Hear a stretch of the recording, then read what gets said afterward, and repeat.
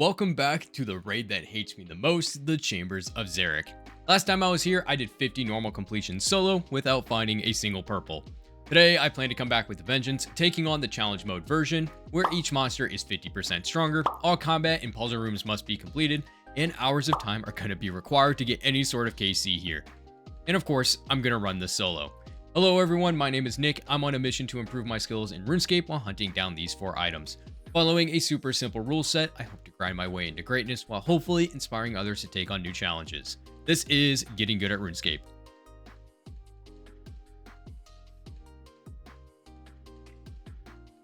So a recap from the last COX video, I was able to complete 50 solo normal raids, gaining all sorts of combat achievements like the perfect solo Olm achievement while averaging anywhere between 29,000 and 32,000 points per raid.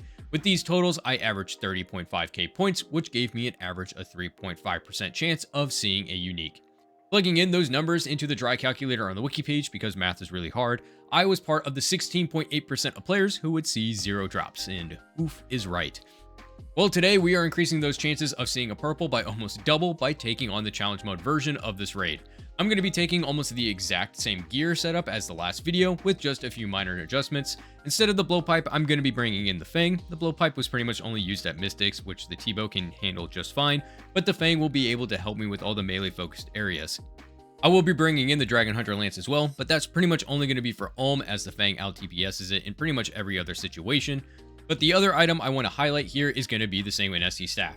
I refuse to learn the Shadow method here because it looks scary, and also the Sang will heal me up quite a bit during those unfortunate times, but for real, the Staff is probably the MVP of this raid.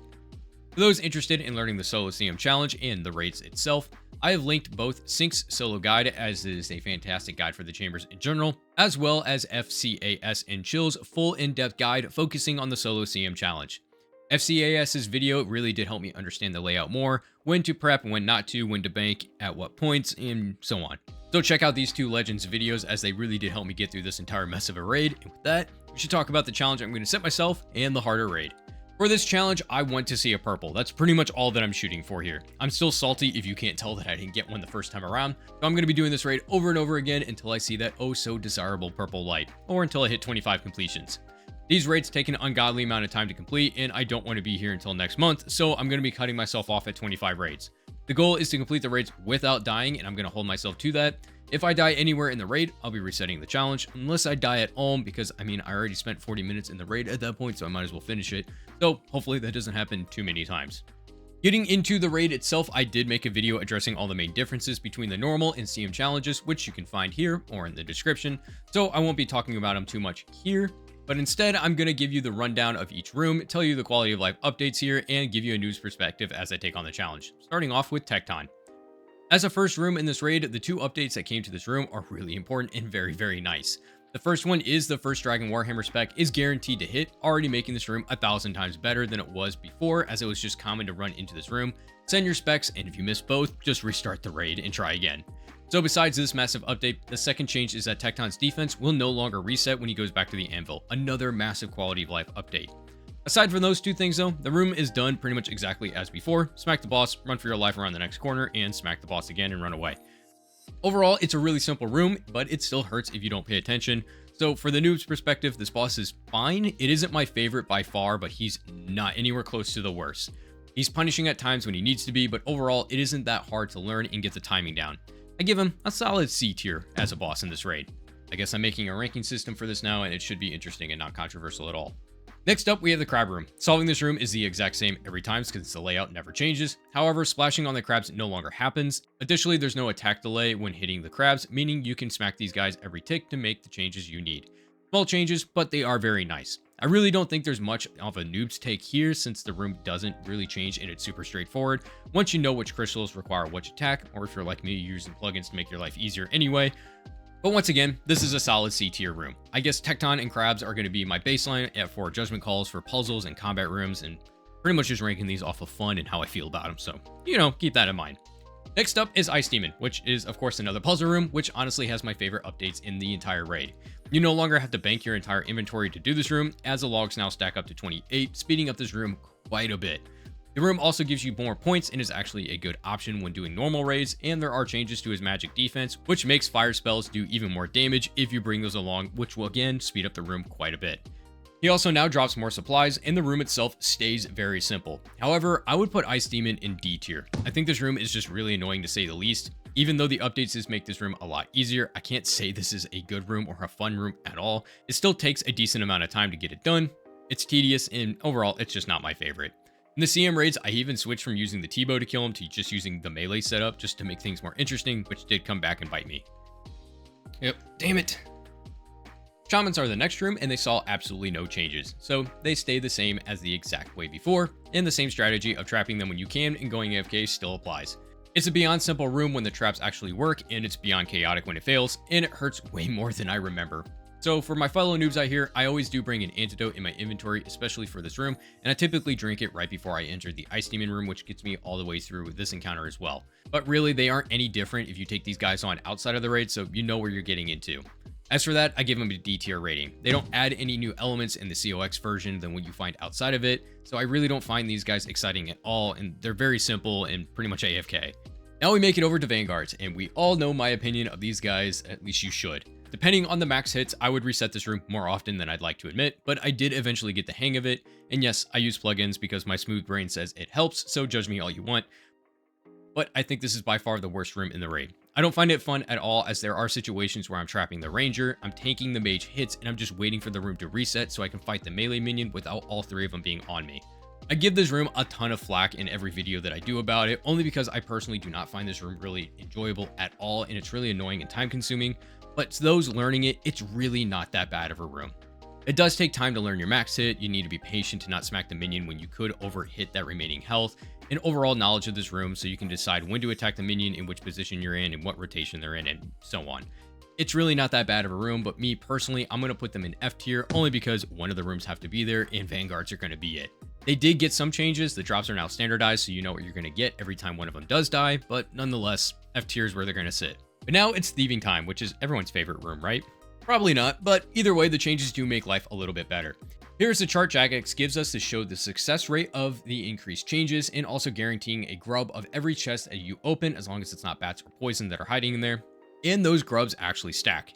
I really like the fact that we no longer have to dump our inventory into the bank every time we have to deal with one of these rooms, so this is just very, very nice.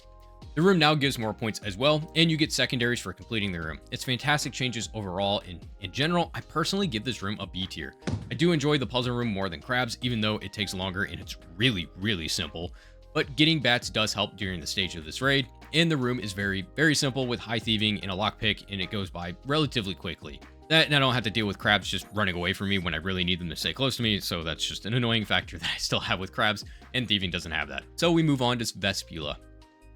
The second boss I always avoid in my normal runs is actually extremely simple thanks to the quick and sometimes risky redemption method. The strategy has you stand on this tile with your ranged weapon on long range, set your quick prayers to redemption and the highest range boosting prayer, click the portal which forces you to run under Vespula, attack the portal and quickly run back. And this is what it looks like when it's done correctly. What makes this tricky is constantly getting hit down, losing your prayer and needing to pop back up before sending off another attack. This method completely skips the normal mechanics of the room where Vespula heals and grabs grubs, or they come out. I don't really know. Honestly, I've never seen the room done the correct way. I've only seen the redemption strategy. Majority of the changes to Vespula though do involve her normal mechanics, and I'm not going to talk about them since I don't know anything about it. But one change is to her attacks, which are both ranged and melee, and they are slightly reduced so you take slightly less damage than you would normally before the update, which is pretty nice for everyone. The only problem in this room that I personally have, it comes down to a timing issue, and it's a personal skill issue. I rely on restoration potions I make earlier in the raid to get me through this room instead of purely relying on a prayer enhance. It is very possible to get through this room with just one sip of enhance and a stamina potion, but it's just not an option for me. When practicing this room, I would always find a way to go under Vespula at the same time my prayer runs out, and I die to a simple 4 damage splat, and that's how I still know I'm a noob. However, even as a noob, I would highly recommend this room to other players. Yes, it does kill your supplies a bit thanks to needing to heal back up after the room is done, and it could be costly to your prayer supplies, but it's still super quick, rather easy to get the timing down, and if you do this later in the raid when you have a prayer enhance, it's really a great room. I do enjoy this room enough that I would actually put it in A tier. So from going from never doing this boss before to actually really, really liking it, I think it's a great room. It does drop an overload every time now, which is extremely nice, so you don't have to always rely on the standard Tecton or Mutadial runs. So that's pretty nice, and it's icing on the cake. But the bug room is a good room. On to Tightrope, a classic room for everyone going through Chambers, and this room is one of the ones that you want to hit normally in the normal runs if you're looking for really fast raids. This room does dish out quite a bit of damage if you decide to kill the minions like I do, so it's smart to make a few brews or take a couple of them in when you're actually going to face tank these guys, but it's still very quick and very simple. There is, of course, a method to completely skip the minions in this room, which is actually a combat achievement, but I don't know how to do that, so we're not going to talk about it. We are going to put Tightrope in the A tier though, as it is super simple, it's fast, and it does give you a good amount of points, even if it is super simple. Guardians are next and a bit slower, forcing you to kill them with a pickaxe, which can be kind of annoying, but not that big of a deal. Again, it's super simple, it can be done without taking any damage, as all you do is hit the statue, run away 2 tiles, take a step forward, and repeat.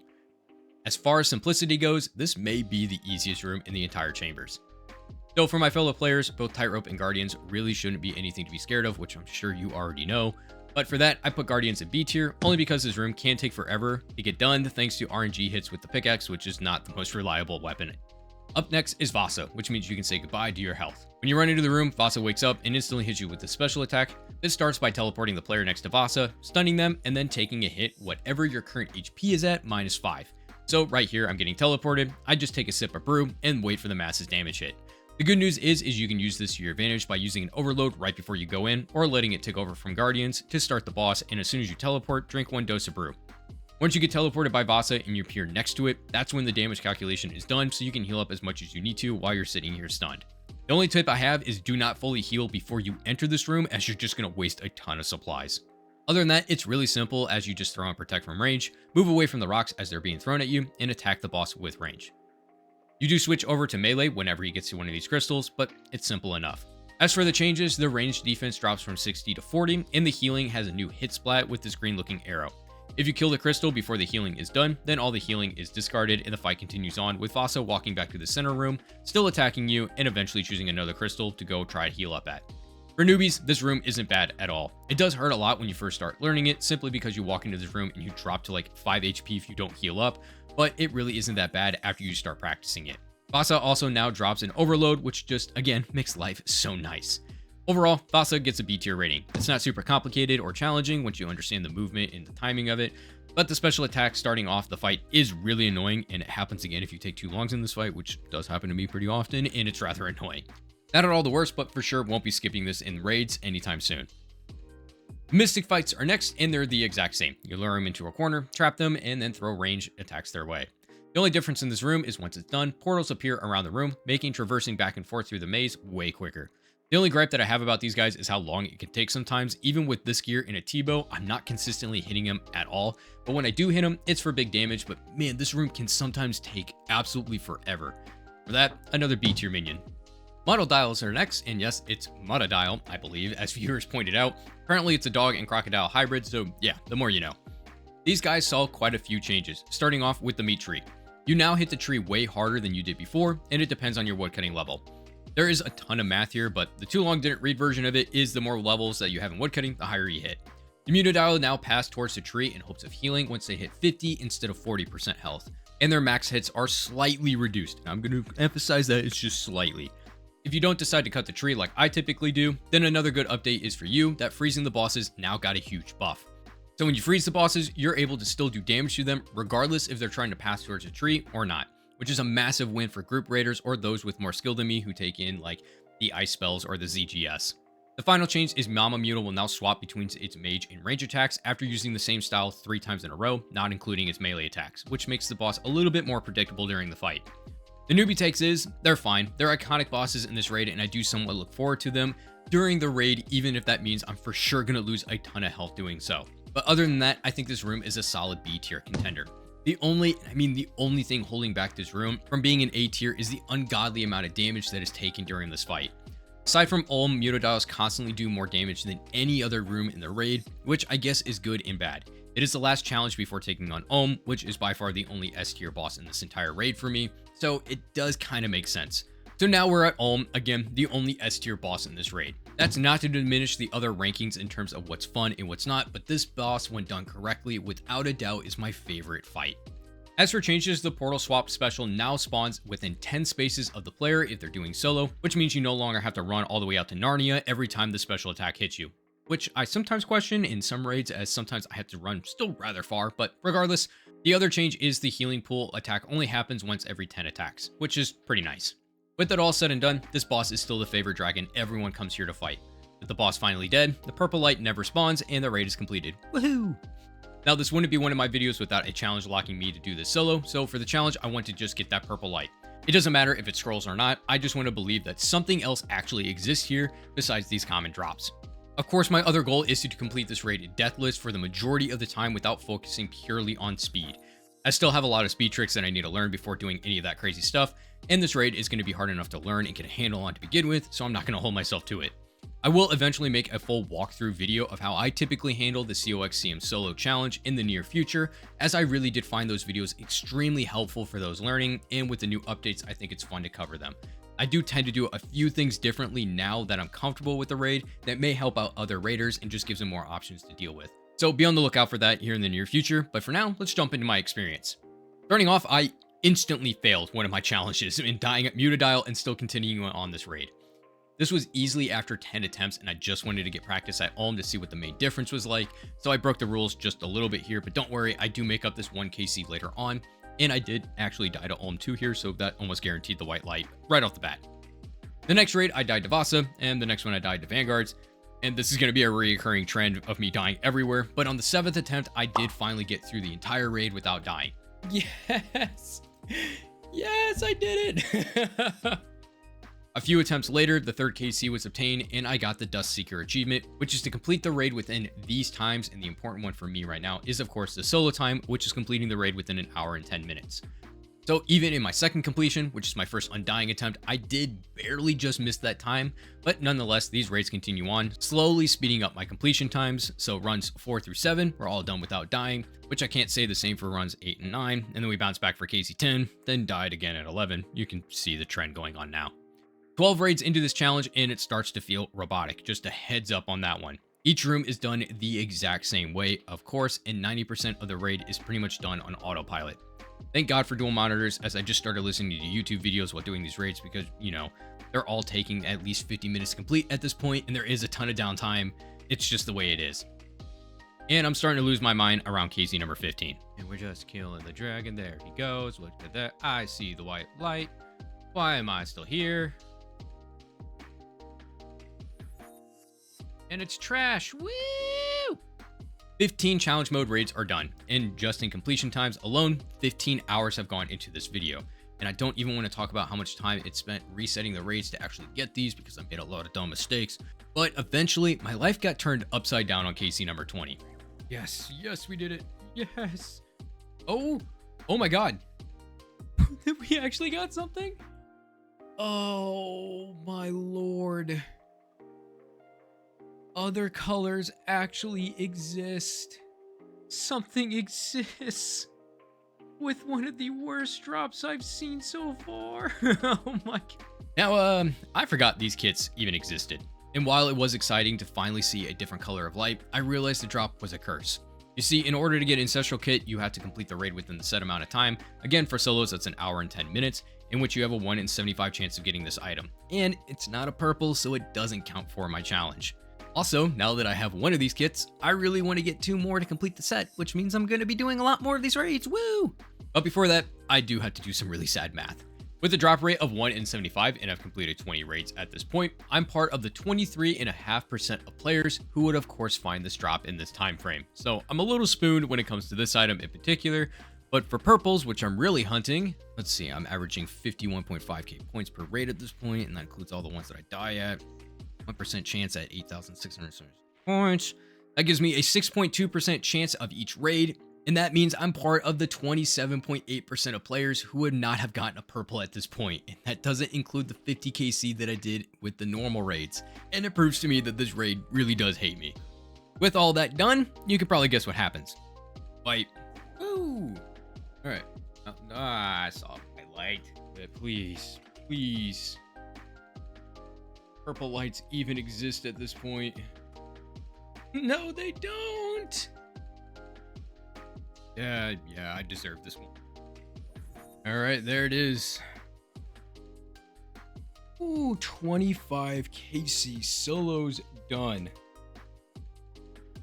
Please, I beg of you, please convince me purples actually exist.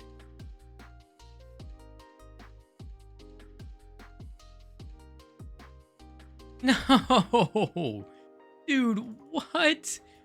25 done. I mean, yes, I got the twisted ancestral kit. I shouldn't complain.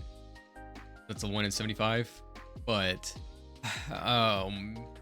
come on. Oh, I don't.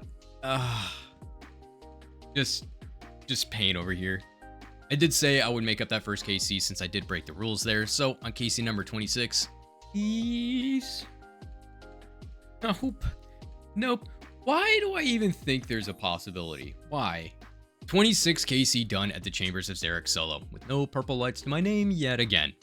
I did get an ancestral kit, which is pretty awesome, and I am really glad I saw one, even if that does mean I'm going to be doing more of these in the future to complete the set. But as a recap, I averaged 55.6k points per raid, if my math is correct.